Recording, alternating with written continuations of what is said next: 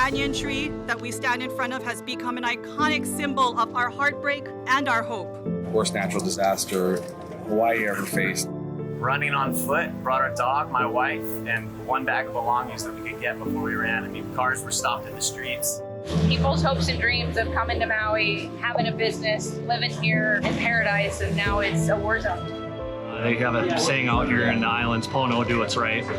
Under the charred and scarred exterior, there is still life and renewal. If our roots, our people are to not just survive but thrive, if there is to actually be renewal and life beneath these scars, then we must all draw, as has been said, on the wisdom of our kupuna. We're gonna stick together. Why would we leave? Why would anyone leave when we need each other more than ever? The island of Maui was devastated by the deadliest wildfire in the U.S. in over a century. Thousands of homes and businesses were destroyed. Thankfully, the healing and rebuilding process continues. Joining us now to talk about relief efforts in Hawaii is Dr. Byron Scott, Chief Operating Officer of Direct Relief. Dr. Scott, thank you so much for joining us today. Thank you. It's my pleasure to be here today. And Dr. Scott, we spoke with you back in August about direct relief efforts on Maui. Tell us about your organization and about your experience helping in Hawaii. Yes, so Direct Relief is a humanitarian medical aid organization that responds to disasters and other global programs around the world. So we responded to the fire within 48 hours after it occurred back in August, and our team has been on the ground multiple times and continues to provide relief effort. And tell us how those efforts can kind of change and fluctuate over time, kind of go beyond the basic needs of the short term. And were there any major notable barriers, because this is out in the Pacific, that kind of affected the process? We have not typically had any barriers in terms of getting things there, but as you could imagine, whenever you have a disaster relief post a natural disaster, there's different phases. There's the acute phase, and a lot of things that we do initially is provide emergency kits. And since we're a medical aid organization, we provide various medications and inhalers, especially for wildfires, because people have respiratory and cardiac, issues after.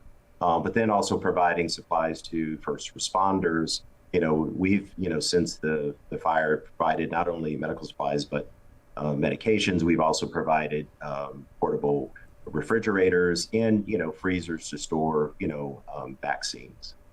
I know there's so much that goes into helping people, and really truly after a disaster, it's so inspirational to see the entirety of the community coming together to help one another. What would you say is the feeling on Maui today, and where are things in the recovery process?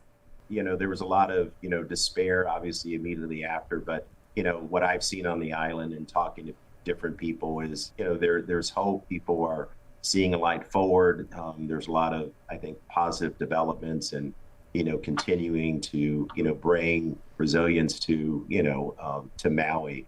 And one of the other things that, as we talked about the relief efforts, we've also provided reentry kits. So when residents were able to go back and property owners to go back to see their property, we provided a lot of PPE covers, N95 goggles, so that, people can be protected as they try to go through and sift through their belongings.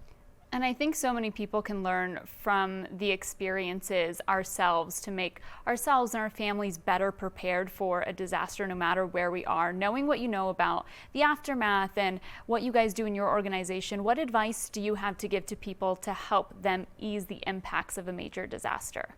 Prepare, think about what are the particular disasters that can affect you in your area, because depending on where you live in the U.S. or around the world, you're more at risk, depending on where you live. But then also, I think, if you're not impacted, think about others and ways that you can, reach out, and help others in your community and elsewhere.